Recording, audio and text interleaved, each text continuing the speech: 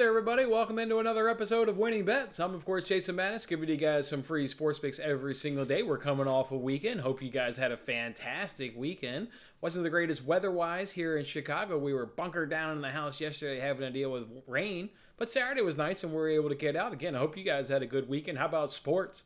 Lots of good action going on in sports. Of course, the MLB regular season is winding down, coming to an end as we look forward to the playoffs starting in a few weeks. You also had college football on Saturday, and obviously, the king of them all, NFL Sunday. What did you guys do Sunday? Did you guys just sit around and eat wings and drink some beer and have some pizza and just veg out all day on NFL Red Zone? Or maybe you watch your particular team and then you flipped over to NFL Red Zone?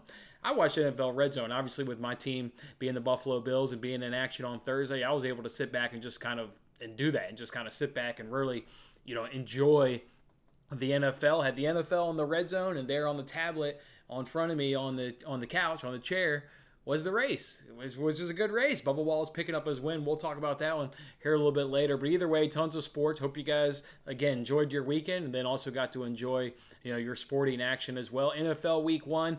We'll talk about it as we kind of move through the week because, of course, we'll talk about the NFL Eliminator and the NFL Pigskin Pick'em contest on each and every single Tuesday, which that'll give us a nice chance to go ahead and recap the previous week on the NFL. But it feels like we've got to touch on it, right? It's NFL Week 1. It's on everybody's mind. I know there was a lot of craziness, so to speak, in the NFL, lots of fourth quarter drama, but the fact is that's the NFL, and that is the reality. You got pros up against pros. You may not see comebacks in college, but you see it all the time in the NFL. Fourth quarters, you could have multiple lead changes within a single fourth quarter, and that's exactly what we saw yesterday. A couple of overtime games, obviously, game-winning field goals being kicked.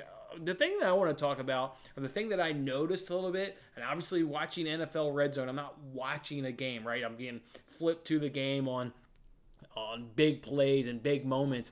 Did it seem like to you guys just an absurd amount of fourth down conversions and fourth and goals, like teams going for it, teams not kicking the field goal on fourth and goal, or teams, around midfield or just in the opponent territory, they're going for it on fourth down? I don't know. I got the feel of just watching Red Zone yesterday that there were a lot of fourth downs, and that may be a thing to keep an eye on as we move through the season of teams that are obviously good at converting fourth downs and teams that give up a lot of fourth downs. Because for an example, you can do a prop on tonight of over 1.5 fourth down conversions made at plus 165, and that one piqued my interest. Again, I'm just going off yesterday of more of a feel of watching NFL Red Zone. It felt like tons and tons of fourth down conversions were mixed into a lot of great plays that they were showing us on NFL Red Zone. It felt good to have the NFL back.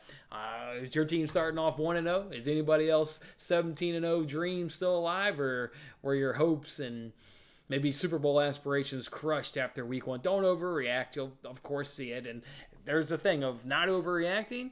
Some of it will be overreaction, and some of it will be a thing, right? You'll think you're overreacting going into week 2, and then you're not overreacting. It's like, wow, that reality is a thing. You're 5 games in, and that team is either really good or that team is really stinking bad. So either way, I hope you guys were able to enjoy the entire weekend, but certainly able to enjoy NFL Sunday as well. Let's go ahead and jump on into the recap, see where last week fell, and then we'll kind of move on in today's bets. We've got 3 baseball bets, and we've got a bet here for Monday Night Football. So we've got plenty of bets to kind of get through for today. First, let's go ahead and do the recap. Go ahead and throw that up, and nobody likes to see it, but it was a reality of what it was every single week. We only had one profitable day last week, and that was Friday. And that was our first profitable day in a week, because the last time we were profitable was the Friday before. So just a tough week. Losing 10.33 units, still good on the year, obviously over 72 units on the year, but struggled last week. We'll get to it here in the breakdown, but quite frankly, struggled. Happy with the handicapping, happy with the bets put in. Just didn't quite go my results. What were some of those good wins, though, from last week? How about Chris Archer and Lance McCullers there of the Houston Astros, both staying under their strikeout prop. We did Chris Archer under 3.5 Ks, and that was just a play on him just being really bad on the season, going up against a good right-handed hitting team. And then in terms of Lance McCullers, well, he had faced the same opponent 5 days ago, so we were just running back a system play for us. The team is generally more successful the more looks they get you, and especially when they saw you 5 days ago. All right, well, Lance McCullers was able to cash that under, so good job cashing 2 of those player props last week. What about Hunter Dozier? Remember, that was the start where he went up against Shane Bieber and the Guardians, where he was 3 for 24 against Shane Bieber in his career. We got a good plus 115 cash of him not being able to get a hit. All of his at-bats came against Bieber, but we were okay if they would have come against that good Guardians bullpen. They just all came against Bieber, and he did what he's been doing over his career. So he went 0-3, so good one right there. What about that nerfy between Tigers and Royals? We were tripped up by the Tigers, and as you can see, they're on the notable losses, and we'll get to them here shortly. But we were able to pick up a win last week with those Tigers going up against a left-handed pitcher. We decided to pick the nerfy in that game at plus 105. Plus 105 nerfy between the Tigers and Royals. Relatively speaking, a sweat-free nerfy, so love to see that good plus money cash right there. Then we jumped into Champions League, and we did Manchester City to win via the clean sheet against Sevilla. Easy win right there. Sevilla only had 1 shot on target that entire match at home, that was. So just a good performance by City on the road in Champions League, giving us a good cash. We also hit Lewandowski to have 2 or more goals in their Champions League game. He had was it first half hat trick, or maybe he got the hat trick in the second half? Either way, that bet cashed in the first half as he had 2 goals, as I think they won that first half 3-0 if I recall correctly. We also did Napoli over Liverpool. We weren't scared of Liverpool, and that's a clear example of me not being a homer or not having any bias, right? Everybody knows I watch the Premier League. I dabble in the other leagues. I watch the Premier League and I watch Champions League and then dabble in the other leagues. That would have been an easy spot just to be at homer and take Liverpool, but no, been watching Liverpool's games, and they've been atrocious this entire season, so I gladly took Napoli plus a half on the Asian handicap, and they didn't need it. But they beat them 4-1 or 5-1, whatever. It was an absolute beatdown of Liverpool, so that was a good cash right there. Then the NFL, we did pick up a couple wins. On Thursday night, we picked up Devin Singletary under 12.5 carries. He ended the game with 8. We talked about it on Friday. I'm pretty good at having a good pulse of the Bills and having a good read on them and what their game plan may be heading into that game. Again, stayed under 12.5 carries easy as he ended the game with 8. And you're going to see that throughout the season. That's going to be a popular play. We played it a couple times last season. What did the Bills do in the second half when they needed somebody to run?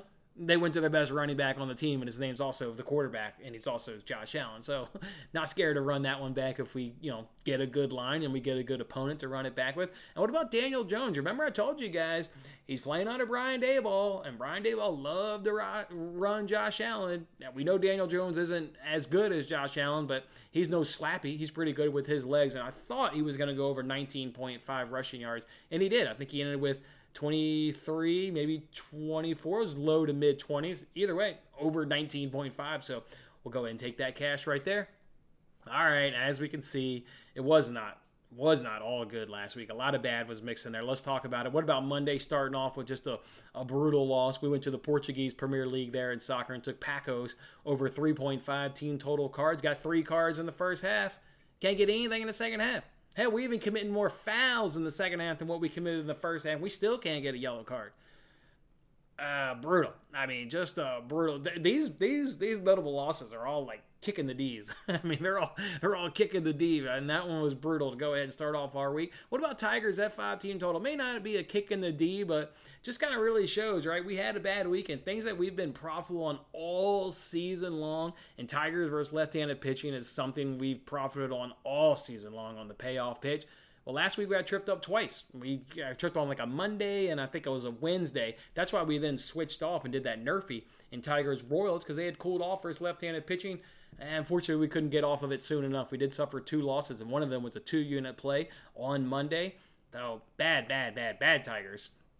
What about Bailey Falter under outs? That was brutal, right? Gave up a run the first inning, then cruised through the second, cruised through the third, cruised through the fourth. Low pitch count in the low 70s entering the 5th inning. We only needed over 16.5 outs, so just give me 2 outs in the 5th or in the 6th inning. Nope.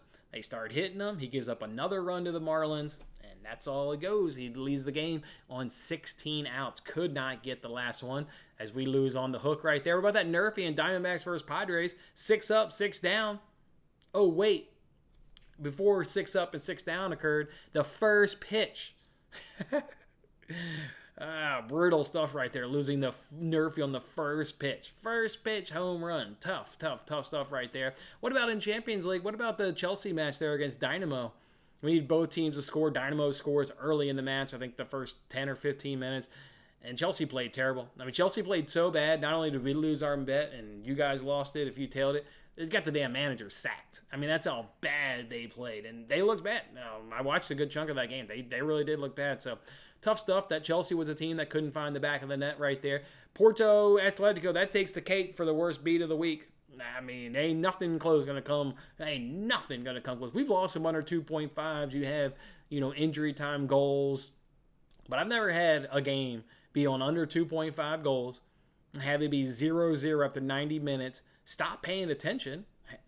I mean, that's a lock, right? I mean, if they would have given you that at, plus, 10-1, you'd have thrown all your damn cash on it. Nobody's going to think there's going to be 3 effing goals in injury time. 3 effing goals. I still don't believe it. When Thad was the one that alerted me to that, when he, messaged me on Twitter, you guys saw it. It wasn't like a private message on Twitter. It was a tweet. When he said no, he said, "Are you effing kidding me?" And I literally was like, "There's no effing." My first reaction was, "There's no effing way."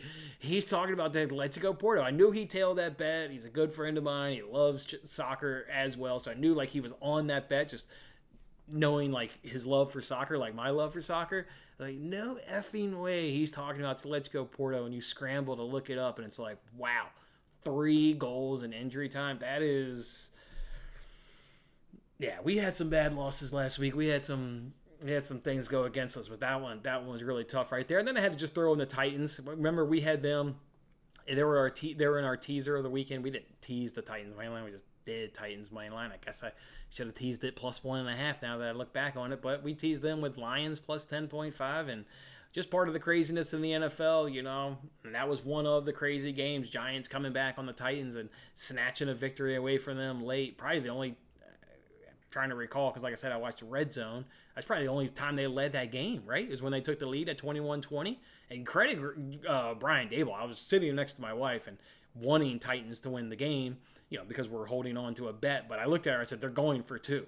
And she kind of debated me. I was like, no, it's Brian Daboll, first game, like his first season, he could go 1-16. He's not getting fired, right? As long as, they don't, wet the bed like Urban Meyer style and have a complete shit show.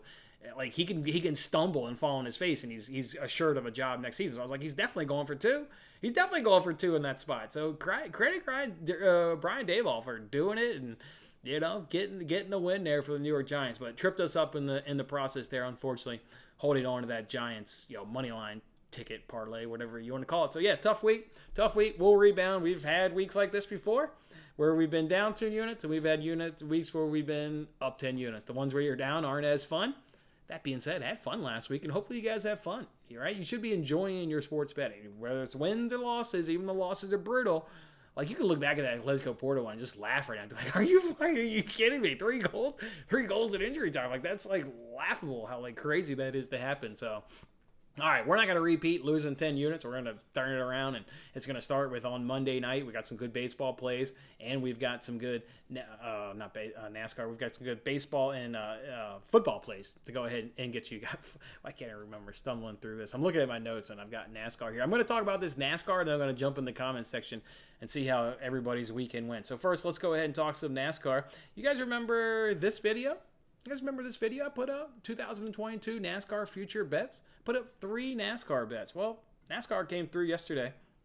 NASCAR absolutely came through. And I want you guys to hit the like button. I can see how many people have hit the like button. I'm curious from this point on, if you tailed my NASCAR future bets, hit that like button and just kind of let me know. You can see I put in 3. I did Bubba Wallace to at least get 1 win. He was the victory yesterday at Kansas. I did 23-11 to have over 1.5 wins on the season. Bubba Wallace is part of 23-11. Also, Kurt Busch is part of 23-11. He got the win earlier in the season. Ironically, they both got the wins at Kansas Speedway. So, a little eerie, interesting stuff right there. And then we lost Logano under 1.5 wins. But you can see I put $100 on each. $300 went out the door. $704 came back. So we call that a profit of $404. You don't see that in the recap. And if I'd have lost $300, you wouldn't have seen the recap. You're not seeing the recap. You're not seeing the recap because futures are like extra bankroll, right? That's not our normal roles. That's why I'm not all of a sudden inflating it and acting like I won multiple units yesterday. No, I mean, it feels damn good. Softens the blow from losing last week and having a little bit of a tough week. But I'm not secretly going to add that. We're always honest and transparent, and we do things the right way around here. So felt good to get those wins. Again, hit that like button, guys, if you're watching this replay. And I'm curious as to who tailed the NASCAR plays, and if you guys were equally excited as I am when Bubba Wallace pulled the 45 into victory lane. So let me know. All right, now let's jump into these comment sections. That felt good, guys, getting that Bubba Wallace win. I was happy for Bubba Wallace. They had struggled earlier this season, lots of pit issues. Then they move over to the 45 team. So yeah, it was a good win. Sorry your day was brutal there yesterday, man. I'm sorry you had a horrible day. I just showed my recap. It wasn't that much better, man. So it's a day in sports betting, and then you got the right attitude. You're gonna follow it up with the right attitude. So love your mindset. Tough day yesterday, but love where your head's at today. Let's get it, Brian. Yes, Brian was on these NASCAR futures. Let's go. Cool, Brian. All right, good. To say I watched the race would probably be a bit of a stretch. I was watching NFL Red Zone. Like I said, I had the tablet. I was generally aware. Remember, we had 3 NASCAR head-to-head bets, which, by the way, those didn't make the recap just because of character limitations. We went 1 and 2, so we got 1 win. Our win was obviously Bubba Wallace over William Byron, but yeah, I don't know if I would say I watched the race, Brian, at least from my perspective. I was aware. Yeah, you couldn't. I stopped watching that game last night. Bucks, Cowboys, there wasn't anything going on. I stopped watching it, I think at halftime. Did I watch the first drive after halftime? No, I think I stopped at halftime. It was just nothing was going on. Good, Brian. Good. Glad you had Mike Evans. If you're going to use that boost last night on Sunday Night Football, Mike Evans or Leonard Fournette probably had you. It's hard to predict. I think which Dallas player would maybe be the first. But the Buccaneers, they look Mike Evans in the red zone. If they don't look Mike Evans, they're generally speaking going to hand it off to Leonard Fournette. So that was a great job, Brian, of going ahead and using that on Mike Evans. I thought that's a nice job. And then a couple other people are saying good morning. So good morning to everybody else. And good morning. All right. Good. All right. And yeah, Prescott is out several weeks. So we'll see what happens with those Cowgirls. All right, let's go ahead now and jump into it. First, let's go ahead and start with Monday Night Football, guys. I don't know how you touch the spread on this game. It's week 1, and, whether we saw goofy results yesterday or previous seasons, those results happen in week 1. This one's a touchdown spread. Some books have it at -7. Some books have it at -6.5. I think everybody watching this right now is taking the Broncos, right? I mean, I don't think anybody's going to take Geno Smith and the Seahawks, so while you lean Broncos to certainly win the game, do you lean them to cover the -7 on the road in week 1 where it's tough to go up in the 12th man up in Seattle? It's a tough. I've actually been to that stadium. One time the Bills actually played Seahawks several years ago on Monday Night Football, and a few of my friends went out there. Rocking stadium. I can see why it's difficult to travel and go in there. So do you really want to mess around with a 6.5 point spread? I don't really want to mess around with that. The under looks good because the Seahawks are probably going to suck under Geno Smith. If I was to make a bet on the total, I'd probably just do like the Seahawks team total under 19.5 points. I don't know if they hit 20 tonight. There's a reason why that number's at 19.5. I'm not sure they quite hit it. I've got one thing I want to keep an eye on. You guys remember a popular play last season? And I was struggling with I'm going to pull the trigger on this bet or not. You guys remember a popular angle from us last season was targeting the Seahawks defense from the running back from a receiving standpoint. Remember, last season, the Seahawks could not defend the running back from a receiving standpoint. Anytime they faced a running back that was good out of the backfield, we took it and we got cashes. I do not remember ever suffering a loss from that angle. Now, we didn't play it every week. We waited until there was a good matchup. I think with Williams here for the Broncos, you get a good matchup. But do we want to, put a unit at risk? I mean, look what happened yesterday. We did Mike Gesicki, right? That was a popular play last season. Got 8 cashes and 11 tries, so damn good hit rate. Got that bet at plus money. He only got 1 target yesterday for 1 yard. He didn't do a damn thing. So just because things happened last season doesn't mean it's going to carry over. Seahawks could not stop a running back from a receiving standpoint. They've got Williams' number at 15.5. I'm conflicted. I'm conflicted on whether or not I'm going to take a stab at that. What I am going to take a stab at, though, is will the first drive end in a punt? I'm all about this, will the first drive end a punt? Because if the Seahawks get the ball first, I didn't see anything in Geno Smith's career that's going to scare the little crap out of me. I hope to God he's the one that gets the ball first because he's terrible. I've never seen anything quality from Geno Smith. Never in my entire life I've seen anything worth a damn come out of that hand. So hopefully the Seahawks get the ball. If the Broncos get the ball, I'm not overly concerned. I mean, it's not ideal of those two teams that get the ball first, right? We want the Seahawks to get the ball first. But that being said, you know what? Maybe Russell Wilson will have little jitters in him going back home for the first time.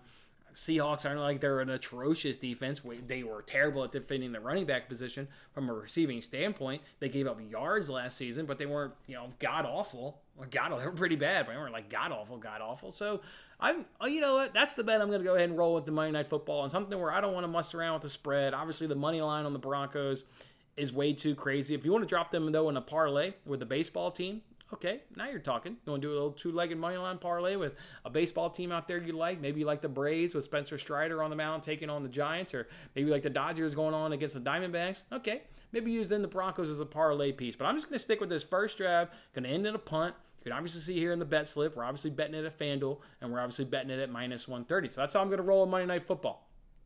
That's how I'm going to roll on Monday Night Football. No soccer for me today. Obviously, there is a Premier League game, but it's been postponed just like all the games did this weekend due to Queen Elizabeth passing away. So, no soccer plays for me today. Let's go ahead and just jump into baseball. Remember, I wanted to see if I could actually do something. Guys, give me a second here. I wanted to see if... Because remember, we're no longer doing the payoff pitch. Payoff pitch is part of the Daily Show. Yeah. All right, cool. Oh, nice. And I still got my bet slip up with Friday. Who went 4-0 on Friday? That's the bet slip from Friday. That's the bets, from Friday. We're 4-0 on Friday. It was the only damn good day I had was on Friday. All right, I wanted to do the payoff pitch in like the payoff pitch kind of surrounding. So hopefully you guys like this. We are no longer sponsored by BetUS, so let's get that. Let's get that out of here. BetUS no longer sponsoring us, so we're on our own now, boys. Cool. I am in the payoff pitch setting. All right, we got some baseball bets. Oh, now I don't have them available to show up. I got to go back to the other one because my bets are in the other one. Damn it. All right, I got to remember that for tomorrow. All right, we got 3 baseball bets. Let's throw these up on the screen, and then let's talk about them. All right, let's talk about this Tyler Anderson one first. Over 4.5 Ks at minus 112. Look, love everything about this. It's not got a great cash rate, to be honest. It's only cashed in 10 of his 26 starts. But it did cash against these Diamondbacks back in May where he got 6 strikeouts. And Diamondbacks were struggling for his left-handed pitching. They're only hitting 212, and they got a really high K percentage at 27.2. So Anderson's having just a really stinking nice season. His outs prop was at 18.5. That's like right there if he goes 6 strong. I think he goes 6 strong, though, with how the Diamondbacks are struggling versus left-handed hitters and having a high strikeout rate at 27.2%. One of the good ones we've seen this season. We've certainly seen 30%, but you start getting up that upper 20s. That's what we look for in a strikeout rate, and the Diamondbacks are right there at 27.2. So I'm going to go ahead and roll with Tyler Anderson. They're the Dodgers under or over 4.5 Ks at minus 112. You can see I also like the Mets F5 team total. Over 2.5 runs at minus 105. The Mets are just smoking left-handed pitching. They're hitting 306. They're slugging 494. Their OPS is 896. They've got a great K percentage at 15.6%. So they're putting that bat to the ball. They're going to barrel it up today. You're getting a starter here that is a little unknown. Only has a handful of starts. We're not really going to know what we're going to get from him, but with the Mets are just absolutely crushing right-handed pitching. They did it again yesterday up against a left-hander. They're just hitting the ball, generally speaking, well, but really good right now, obviously, versus right-handers. Again, not striking out at 15.6%.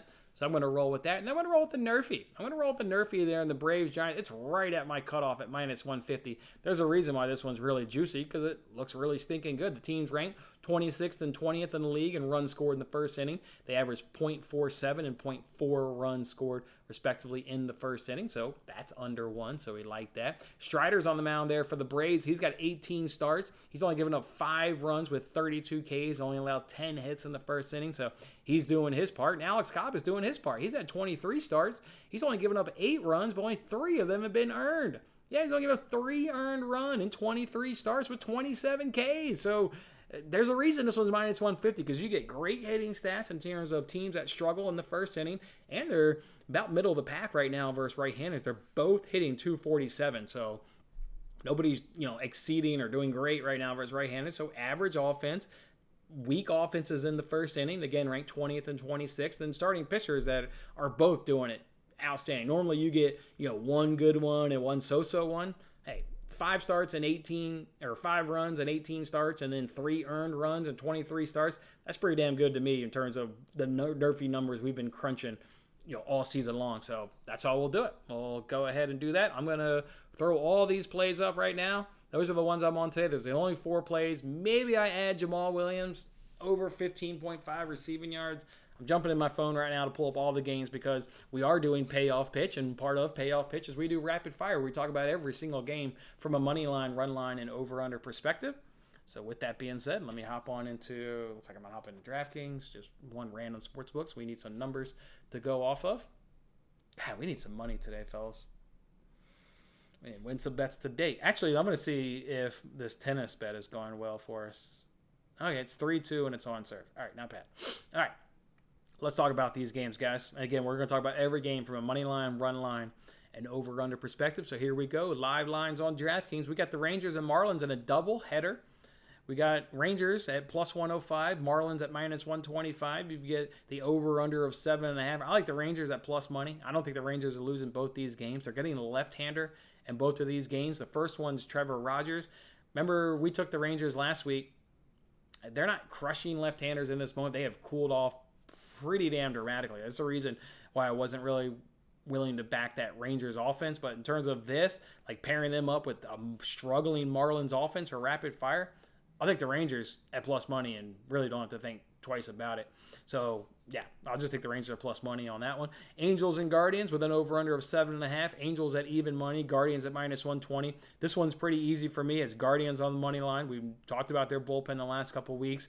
They have the better offense right there. The Angels have picked it up, but still not to the Guardians level. For an over and under in that game, I'm going to lean the under 7.5. I'm going to go under 7.5 and Guardians money line.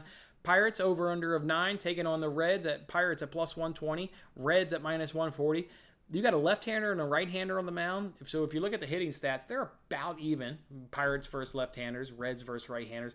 Bullpen-wise, wow, credit the Reds. This is why you got to look at baseball in a small sample size. They're not anywhere near one of the worst teams in the league. Who is one of the worst teams in the league, and a lot of it is because yesterday with Mitch Keller giving them a good start and the bullpen blowing that game, but the Pirates are dead last. Their ERA was 6 point. I'm gonna get you guys the exact number. It was 6.58.